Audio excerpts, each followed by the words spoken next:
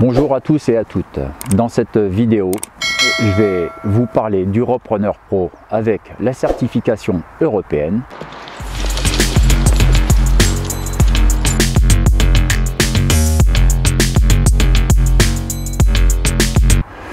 Ce produit est arrivé fin 2021 chez vos revendeurs et dans cette vidéo, je vais surtout aborder les points de vérification à faire sur l'appareil. Je vais vous mettre en descriptif tous les numéros de série à vérifier au préalable avant son utilisation et je préconise aussi pour ceux qui ne font pas partie de la liste de vérifier votre appareil. Donc je vais vous faire voir exactement ce qu'il faut faire pour voir si votre appareil est fonctionnel. Je vais faire un point sur l'appareil qui au préalable n'avait pas la certification européenne et celui qui l'a. Donc on va commencer par le point de départ, c'est le point de vérification à effectuer sur votre Roadrunner avant son utilisation. Alors pour la vérification de votre appareil, vous le prenez dans le sens de son installation, vous prenez la partie supérieure de l'appareil, vous la posez vers le bas et il faut que l'appareil remonte sur lui-même sans qu'il soit freiné dans son mouvement. Donc là pour le coup cet appareil il est très fonctionnel, voilà. Et si vous avez votre appareil qui coince, il y a des points durs dans le mouvement de descente autant que sur la remontée, il faut vous retourner vers votre revendeur. Je peux aussi évoquer dans cette petite vidéo, c'est le fait quand vous remettez votre torse sur le Roadrunner, du coup vous prenez le dessus de votre corde et rien que le fait de monter sans se concentrer sur la corde, bah, votre appareil il va suivre sans problème. Tac, en mettant en tension et puis voilà. Ouais, bah, vous enlevez votre torse. En fin de compte, c'est ça qui va vous permettre dans vos remontées de branches de faire suivre l'appareil sans avoir toujours tiré la corde derrière pour reprendre le mou. C'est un des éléments que je trouve très agréable du Roadrunner et même assez content qu'il ait eu cette fameuse certification qui était tant attendue et au moins 2 ans qui se sont passés avant de pouvoir avoir ça en Europe. Bel appareil, voilà. Donc pour la prise en main, pour dégager la corde, ce que j'expliquais, je me répète, je suis de la redondance. Posez vos doigts là ici sur le dessus de l'appareil, votre pouce ici et hop, vous n'avez plus qu'à actionner et s'il est bien réglé par rapport à votre poids, par rapport au type de corde que vous utilisez, j'ai beau avoir dit voilà mes réglages sont basés sur 3 sur le Roadrunner, 3 par rapport à la corde que j'utilise, 3 par rapport au poids de corde que je fais. Voilà, chaque individu selon les cordes, selon le poids de l'utilisateur, ça va varier. Donc voilà, faut régler, faut avoir ses propres réglages. C'est pas la peine de me dire ouais Franck, tu l'as mis à combien. L'idée c'est vous posez votre main, vous faites ça, ça dégage tout seul. On va pas mettre, je vais pas mettre 2 mains là-dessus. Si je suis droitier dans les parties de déplacement, des fois je vais utiliser ma main droite. Et pour la main gauche, je vais poser pareil de la même manière, c'est toujours mon pouce qui va être au-dessus. Et voilà, je vais dégager l'appareil, ça suit quoi. J'ai pas besoin de mettre mes 2 mains, il faut que je me concentre dans mon déplacement. Bon. On va pas me permettre d'être comme ça dans un déplacement, c'est pas possible. Voilà. Ce que je vous partage au travers de cette petite vidéo hivernale. On remet, je pense. Puis lui, le pépère, il va suivre. Hop. je me concentre sur mes prises d'appui, hop, là où je vais saisir les branches pour pouvoir me déplacer. Je ne vais pas me concentrer sur l'appareil à prendre derrière le mou. Si vous avez un torse, voilà, vous mettez votre torse, lui l'appareil il va suivre. Voilà, bon, je vais faire un peu de déplacement pour vous faire voir que l'appareil, je le tiens à une main, je le tiens pas à deux mains, à me focaliser, à forcer dessus. Voilà, mais c'est pour les personnes voilà, qui m'ont envoyé des messages pour avoir mes réglages.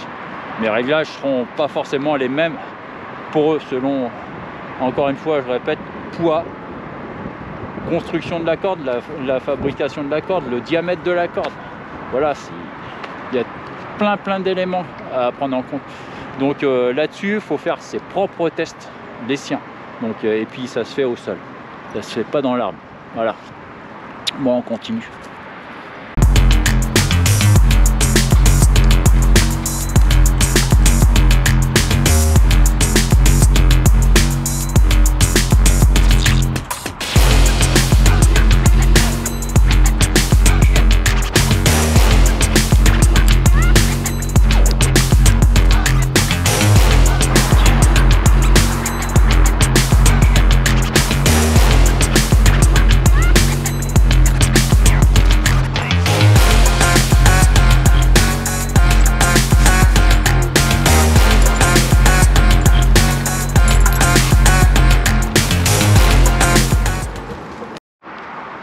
Donc là, je vais faire une petite démonstration avec le torse pour bien vous faire voir que le fait de connecter vos torses au repreneur, voilà, comme ceci, voilà, un peu plus comme ça. Théoriquement, je n'ai pas besoin de prendre le mou derrière l'appareil pour retendre le système. Donc on va faire le test. Alors par contre, il y a une chose qui est importante, il faut vraiment qu'il y ait du poids de corde en dessous du système, parce que si la corde est cassée, ça ne fera rien, ça remontera pas. On est obligé de faire une action sur l'arrière de l'appareil pour pouvoir reprendre le mou. Voilà, donc on va faire le test. Un petit coup de visu à l'intérieur aussi, avec la caméra embarquée sur mon casque. Voilà, c'est parti, on va faire le test. Tac.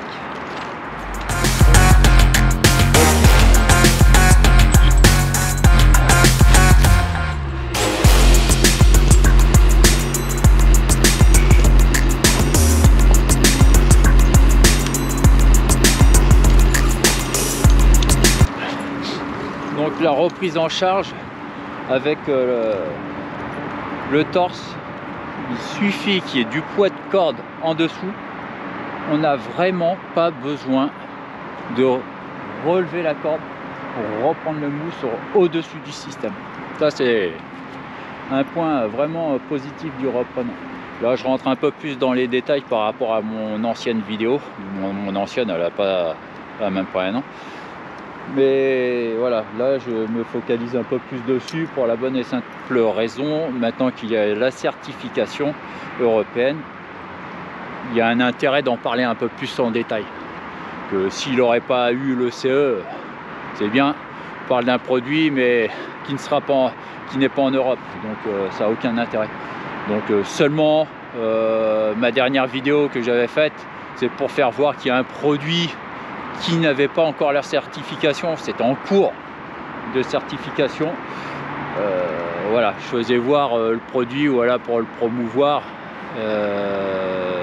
avant qu'il ait cette certification. Voilà, c'est tout, c'était une démarche de ma part afin de surtout de partager.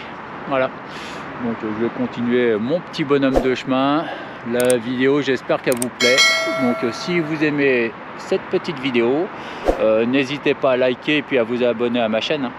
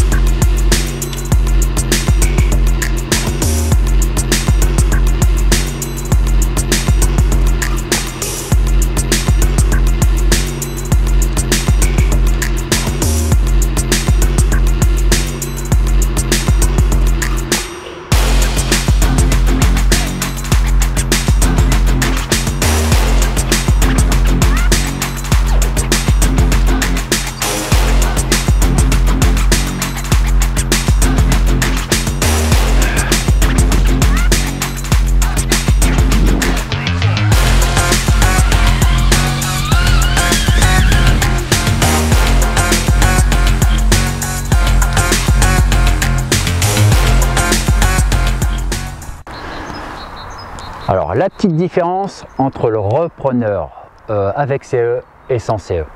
Donc, les appareils sont exactement identiques. Celui-ci, il n'a pas le CE. Celui-ci, il a le CE. Physiquement, c'est exactement les mêmes. Les rivets sont identiques. J'ai fait le tour des appareils, c'est les mêmes. Alors, la seule chose qui va changer entre l'appareil de droite qui n'a pas le CE et celui qui a le CE, c'est qu'il y en a un qui a répondu au cahier des charges pour valider la certification européenne, contrairement à celui-ci qui, à l'époque, n'avait pas passé ces tests, donc qui ne peut pas être utilisé en Europe et vendu.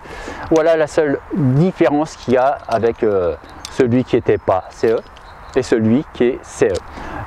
En France, il vous arrive un accident avec un non certifié, vous avez tout pour vous. Que celui-ci, il va pouvoir, voilà, vous allez pouvoir être assuré de la conformité de l'appareil. Voilà.